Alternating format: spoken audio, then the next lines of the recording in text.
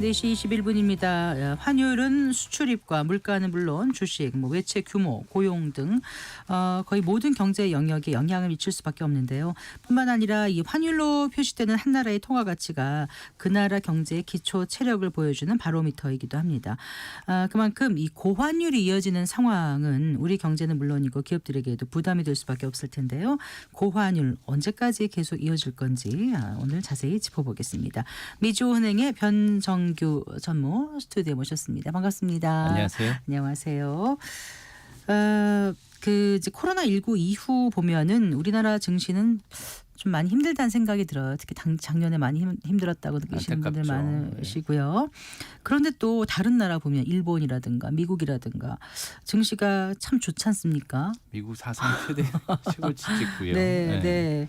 그런데 이렇게 코로나19 이후로 이렇게 갈라진 건가요? 언제부터 이렇게 좀 동조화가 완전히 깨졌다 그럴까요? 네, 좋으신 질문인데요. 코로나19는 굉장히 큰 그 변혁을 갖고 왔다고 생각합니다. 네. 특히나 우리가 코로나19를 의학적으로는 바이러스라고 이렇게 굉장히 큰 팬데믹이라고 생각하지만 네. 자본이나 경제 쪽에서 본다면 앞으로 역사책에 자본의 대이동을 갖고 온 그런 계기다. 글로벌 자본의 대이동을 갖고 온 계기다. 이렇게 역사책에 쓸 수도 있다고 생각을 합니다. 그 이유는 뭐냐면 코로나19 이후에 사람들이 경제활동을 못했어요. 네. 그렇기 때문에 신용 문제도 아니고 이런 문제들을 집으로 나오지를 못하니까 돈을 미국에서 다 뿌려서 줬습니다. 네. 그렇죠. 양적 완화를 한 거죠. 그리고 일본에서도 양적 완화를 굉장히 많이 하지 않았습니까? 유로존에서도 많이 했어요. 이걸 수치로 본다면 미국에서는 약 1,200억 달러 정도를 매달 양적 완화를 했고요. 이것은 이제 그 1년으로 본다면 1.4544조 달러 정도 되고요. 우리나라 환율로 지금 환산한다면 1년에 약 2천조 원. 어느 나라가요? 미국이요. 1년에 2천조 원 우리나라 상당의 원화로 뿌렸던 거예요. 네. 이게 4년 정도 했으니까 8천조에서 1경원가량 엄청난 돈이 풀린 거죠. 네. 그리고 유로존도 비슷한 금액을 뿌렸습니다. 일본은 얼마를 자금을 뿌렸냐면 매년 약 108조 엔, 우리나라 돈으로 한 1,000조 원 정도 되죠. 근데 매해. 이것도 매해. 이것도 이제 4년 동안 했으니까 이것도 한 4,5천조가 돼요. 우리나라 돈으로. 그러니까 이렇게 많은 돈이 세계에 뿌려진 겁니다. 그래서 돈이 이렇게 많이 뿌려졌으니까 우리가 그냥 언뜻 생각해도 인플레이션은 필연인 거죠. 네. 필연이고 주식은 오를 수밖에 없는 그런 상황이에요. 그런데 왜 우리나라는 안 오르고 중국도 잘 안 올랐잖아요. 그리고 미국과 일본을 중심으로만 이렇게 올랐느냐. 그 이유는 뭐냐. 미국과 일본이 양적 완화에 어떻게 보면 진원지였기 때문입니다. 네. 그 나라에서 주로 통합 팽창이 이루어졌어요. 네. 왜 그러냐면 선진국 주요 통화만이 가능하기 때문이에요. 왜냐하면 우리나라나 남미 통화나 이런 통화는 통화를 갖다 계속해서 찍어내게 되면 폭락을 하게 되지 않습니까? 그래서 감히 그런 생각을 못 하는데 안전통화 같은 경우에는 이렇게 찍어내도 어느 정도의 가치를 계속해서 유지를 시켜주기 때문에 어떻게 보면 강한 통화의 특권이라고 할 수 있죠. 그렇게 되기 때문에 미국과 일본으로 이제 돈이 많이 풀리고 그 성장이 이루어지게 돼요. 돈이 많이 풀리니까 성장이 이루어지게 되고 거기서 주식이 오르게 되지 않습니까? 이제 주식이 오르게 되면은 거기에 또 다른 돈이 몰려요. 그렇겠죠. 그래서 이제 성장이 더 빨라지는 거예요. 가파르게. 그렇게 되기 때문에 계속해서 미국과 일본으로 돈이 몰리면서 이렇게 성장을 하게 되고요. 우리나라나 중국 같은 경우에는 내부적으로 여러 가지 문제 때문에 좀 반대의 상황이 일어나게 됐습니다. 내부적인 문제 때문에라는 게 어떤 말씀이셨어요? 한 세 가지 정도 중국과 우리나라는 한 세 가지 정도의 다른 문제들이 있는데요. 그거는 뭐냐면 중국과 같은 경우에는 부동산이라든가 이런 문제점이 있었지 않습니까? 그래서 그런 문제들이 있었고요. 두 번째는 이제 미중 간 외교 대치 상황이 있었어요. 특히나 방첩법들이나 이런 것들로 인해서 서구의 자본들이 이탈하는 이런 상황이 벌어졌고 아시아에서 이게 이탈한 자금이 사실상 한국으로 왔으면 너무 좋았겠죠.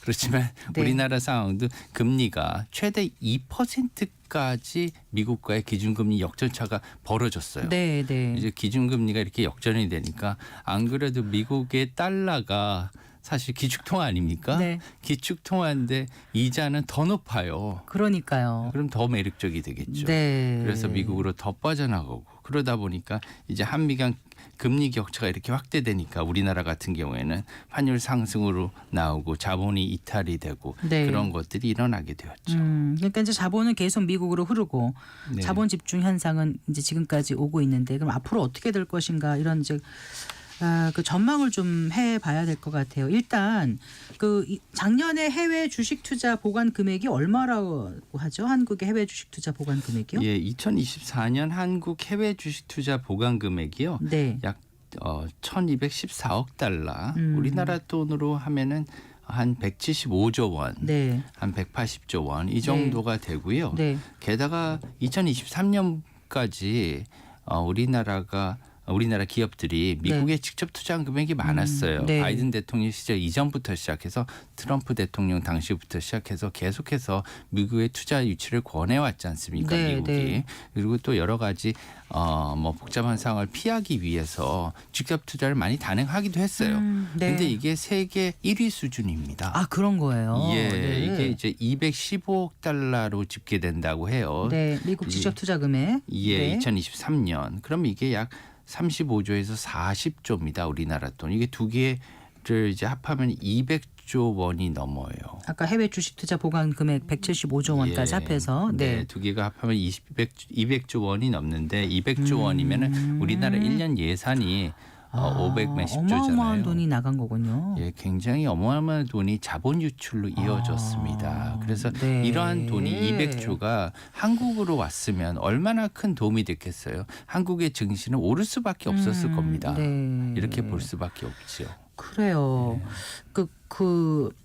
오늘은 이제 환율이 좀 내려온 것 같더라고요. 아까 1,400 얼마였죠? 50몇 원대로 내려온 것 같은데요. 네, 어쨌든 50대로 내려왔습니다. 네, 1,400원대 중반에서 거래가 되고 있어요. 이게 이제까지 요즘은 이제 이게 좀 익숙해져 가지고 좀 받아들이는 분위기인데 네. 이전만 하더라도 이거 굉장히 높은 환율이 아니었습니까? 네. 그런데 이제 환율이 이런 상태고 경기도 안 좋고 이런 상황에서 그렇다면 한은은 올해 이제 첫 기준금리 결정을 어떻게 할지도 시장의 관심입니다. 다음 주 목요일인가요? 16일에 이제 금통위가 열리는 걸로 알고 있는데 우리 변종규 전무님 하면은 이제 환율 대통령이라고 대한민국 환율 대통령이라고 불릴 쑥스럽습니다. 정도로 오해환 시장 또 국제금융 전문가신데 이제 좀 의견을 좀 말씀을 해주세요. 이게 이제 서민 경제가 어려워서 금리를 좀 낮춰야 하는데 또 금리 인하를 하면은 환율을 또 자극하는 게 아닌가 이런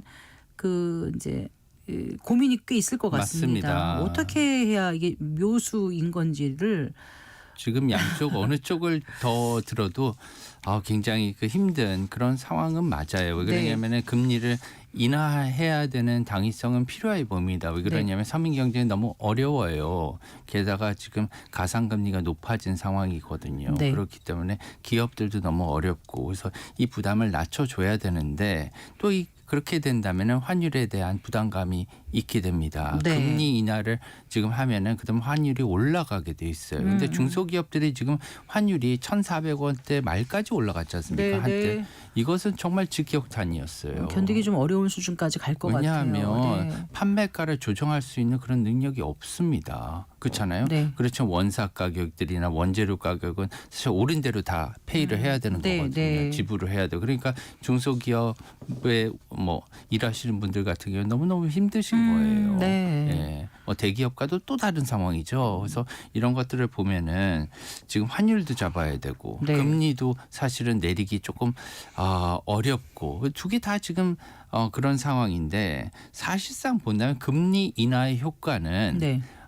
굉장히 많이 내리지 않는 한 빨리 나타나지는 않을 것 같고요. 그리고 금리 인하를 하면서 환율의 영향은 빨리 상대적으로 나타날 것 같아요. 환율은 금리를 인하한다면 상대적으로 빨리 영향을 줘서 금리가 더 많이 오를 수 있는 금리가 많이 오른다고요? 아니, 금리를 내리면 네, 환율이 더 오를 수 네, 있는. 네. 지금 또 1,400원대 중반 아닙니까? 좀 내려오긴 했지만 아직도 이것은 굉장히 높은 환율이에요. 그러니까요. 예, 이게 내려가야 돼요.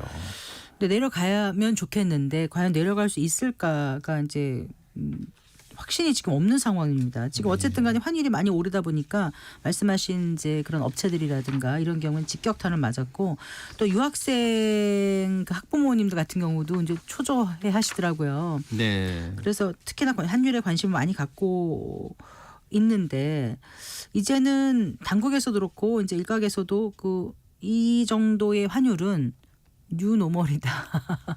받아들여야 한다. 이런 얘기까지 하더라고요. 글쎄요.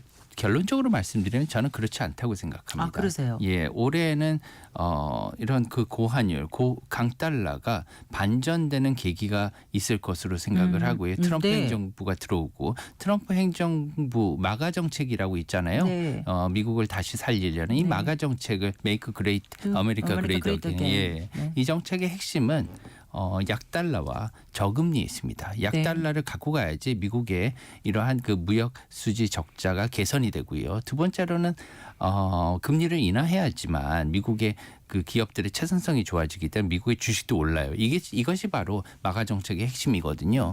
그러기 위해서는 약달러를 진행시켜야 되는데 지금 네. 유로화가 너무 약해요. 왜 네. 그러냐면은 유로화가 지금 유로 경기가 안 좋기 때문에 그래서 상반기 중에는 좀 어려울 겁니다. 확 네. 내려가기가. 네. 그렇지만 하반기 중에는 환율이 다시금 내려가는 그런 상황이 있을 수도 있기 때문에 좀 준비를 해야 된다. 단 우리가 금리를 내렸을 때는요. 거기에 네. 대해서 여러 가지 다른 위험성도 내포한다고 봐요. 뭐냐면 지금 제2금융권으로 많이 소비자들이 지금 몰려들고 있습니다. 은행들에서 대출이 지금 굉장히 쉽지 않거든요. 왜냐하면 네. 환율이 너무 높기 때문에 지금 위험 자산의 BIS 그 자기 자본 비율상 네. 지금 그 위험 자산이 굉장히 많이 잡히고 있는 거예요. 외화 자산이 굉장히 많이 잡히겠죠. 왜냐하면 환율이 높아졌으니까. 네, 네. 그렇게 되면은 시중은행들이 대출할 수 있는 여력이 좀 줄어드는군요. 예, 줄어들어요. 그렇게 되면은 많이 대출을 가상금리가 높지 않으면 잘 안 내주려고 그러잖아요. 네. 그렇게 그러니까 되면은 다른 쪽으로 옮겨가는 거죠. 그러니까 이제 네. 개인들은 받기 힘드니까 이제 제2금융권 쪽으로 가서 카드 캐피탈사들이 요새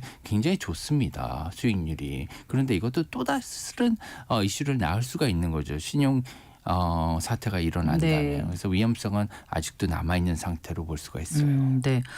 근데 아까 처음으로 돌아가서요. 돈이 많이 풀렸다. 코로나 이후로 달라졌다라고 말씀하지 않으셨습니까? 그 이렇게 많이 풀렸는데 인플레이션은 그럼 어떻게 잡힐 수 있는 걸까요? 어떨까요? 사실상 지금 앞으로 미국이 전환이 된다고 생각하는 것은 인플레이션이 키워드입니다. 네. 이러한 인플레이션은 쉽게 사실은 잠재워지지 않을 것 같은 거죠. 이렇게 돈이 많이 풀렸는데 비록 미국의 연준이 대차 대조표가 9조 달러에서 현재 7조 달러 밑으로 내려와 있어요. 네. 그 말은 뭐냐면 최대치에서 약 25% 정도의 그 유동성을 갖다 회수를 했다는 거예요. 네, 네. 그렇지만 아직도 유동성이 굉장히 많은 거거든요. 이 수치는 코로나 이전에 아직도 뭐 2배에 가까운 수치입니다. 그렇기 때문에 이 정도로 돈이 많이 풀렸기 때문에 네. 앞으로 미국의 그런 금리 인하 속도가 빠르게 진행될 것 같지는 않아요. 네. 그리고 예를 들면 지금 코코아 가격이요. 엄청 초콜릿 좋아하십니까? 아, 좋아하죠. 덜 먹으려고 애쓰지만요. 예, 저도 이제 뭐 80% 이런 다크 초콜릿 좋아하는데요. 싸요. 한국에 네. 이제 뭐 생산 중단될 수도 있다는 얘기가 들리더라고요. 그 정도로 카카오 가격이 오른 거죠. 1년 네. 동안 3배 이상 올랐습니다. 3배씩이나. 네. 그리고 원당 가격. 왜냐면 네. 미국에서는 이런 코코아 그다음에 설탕 엄청 많이 소비를 하거든요. 이런 설탕의 원재료인 원당 가격 이것도 2배 이상 올랐고요. 네. 게다가 이런 것들을 보다 미국의 임금이 되게 많이 올랐는데요. 4년 동안 2019 2019년 네. 말부터 시작해서 현재까지 한 28% 정도 올랐어요. 고용통계국에서 집계한 바에 따르면. 그럼 네. 4년 동안 평균 1년 동안 7% 이상. 이거 체감적으로 본다면은 뭐 30-40% 이상 오른 것으로 느껴질 수가 있습니다. 그래서 이런 인플레이션은 계속 갈 것이다 이런 거죠. 그래요. 예. 자, 그러면 일단 올해 미국 주식 시장은 어떻게 될 거라고 전문님께서는 저는 예상하세요? 그 상반기에는 어느 정도 선방을 할 수 있다고 생각하지만 크게 오르지는 않을 것 같고요. 네. 하지만 하반기부터 시작해서 달러 약세와 더불어 네. 미국의 증시도 어느 정도 한계에 이를 것이라고 생각을 합니다. 아까 제가 말씀드렸듯이 인플레이션이 아직도 굉장히 높을 것이라고 얘기했잖아요. 그거에 맞춰서 인플레이션이 이렇게 높고 네. 게다가 지금 모기지 금리 같은 경우에도 작년 하반기 3.3% 정도 됐었는데 이제 돈을 빌리는 거지 않습니까? 이제 미국 장기 국채 금리가 너무 높게 올라가다 네, 보니까 맞아요. 인플레이션 때문에 지금 모기지 금리 평균 금리가 한 4%에 이르렀어요. 네. 4% 굉장히 높지 않습니까? 이제 개인들이 돈을 빌리는 부담도 많이 이르는 거예요. 그렇게 되면은 미국 경기가 언젠가는 하강세로 전환이 될 것이라고 보고요. 그렇기 때문에 지금 여기서 추가적으로 미국 주식 투자를 크게 단행하는 것은 조금 위험성이 있지 않나 이렇게 생각을 하고 환율도 너무 높다고 생각합니다.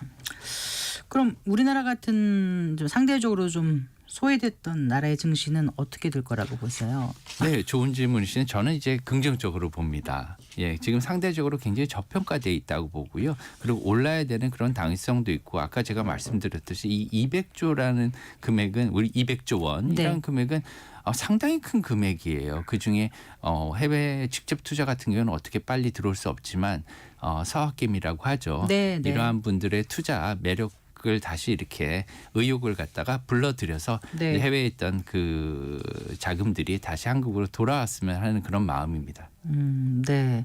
그 위안화 전망은 어떻게 보십니까? 위안화가 굉장히 많이 바뀌었습니다. 현재 지금 위안화를 보시면은요. 위안화 지금 그 달러 위안 환율이 네. 7. 1달러에 7.34 정도 되는 것 같더라고요. 7.32까지 올랐습니다. 네, 네. 그런데 이 7.34는 굉장히 중요한 수치입니다. 왜 그러냐면 7.34가요.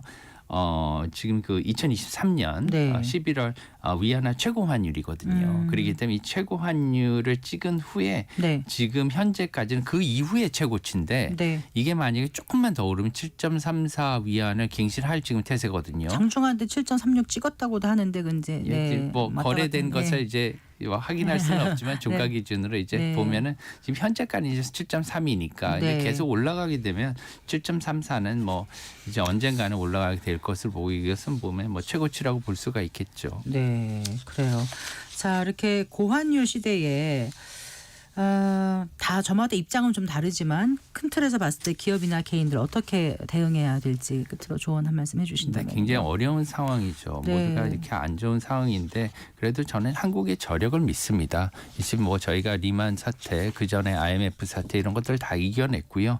이제 기업들도 굉장히 내성이 많이 생겼고 이런 것들이 사실은 다른 나라와 좀 다른 점이라고 생각해요. 역경을 이겨냈기 때문에. 그래서 네. 기업들은 지금 이러한 위험을 추가적인 위험을 대비한 그런 달러 자금 확보, 예비 자금 확보 그리고 미래의 기술을 확보해야지 호경기가 왔을 때 네. 그것을 누릴 수가 있지 않습니까? 이 두 가지를 갖다 동시에 진행해야 되는 그런 부담스럽고 어려운 그러한 과제를 안고 있어요. 네. 하지만 이것을 두 개를 해내면 앞으로 외국인 투자자들과 한국 투자자들도 한국에 다시 돌아올 것으로 저는 이렇게 굳게 믿고 있습니다. 이번에 새 책을 내셨더라고요. 슈퍼 금리 슈퍼 리치. 네. 이 책을 읽으면은 어떻게 된다는 얘기인가요? 돈의 슈퍼 리치가 흐름을 될 수 있나요? 돈의 흐름을 좀 쉽게 제가 예. 알 수 있게 썼는데요. 특히나 네. 금리를 이해하는 건 굉장히 중요한데 맞습니다. 금리라고 하면 너무 어렵잖아요. 근데 이것을 갖다 돈의 흐름, 자금이 어떻게 돌아가는지 네. 우리가 갖고 있는 예금은 어떻게 해서 거기에 금리가 결정이 되는지 네, 네. 이런 것들을 좀 쉽게 사례와 아주 두꺼운 책인데 어렵진 않습니까? 네, 사례와 뭐 그림들이 굉장히 많아요. 반 이상입니다. 네, 알겠습니다. 슈퍼 금리 슈퍼 리치 시간 되면 또 함께 읽어보겠습니다. 오늘 수고 많으셨습니다. 감사합니다. 감사합니다. 네, 변정규 미주호 은행 전무와 함께했습니다.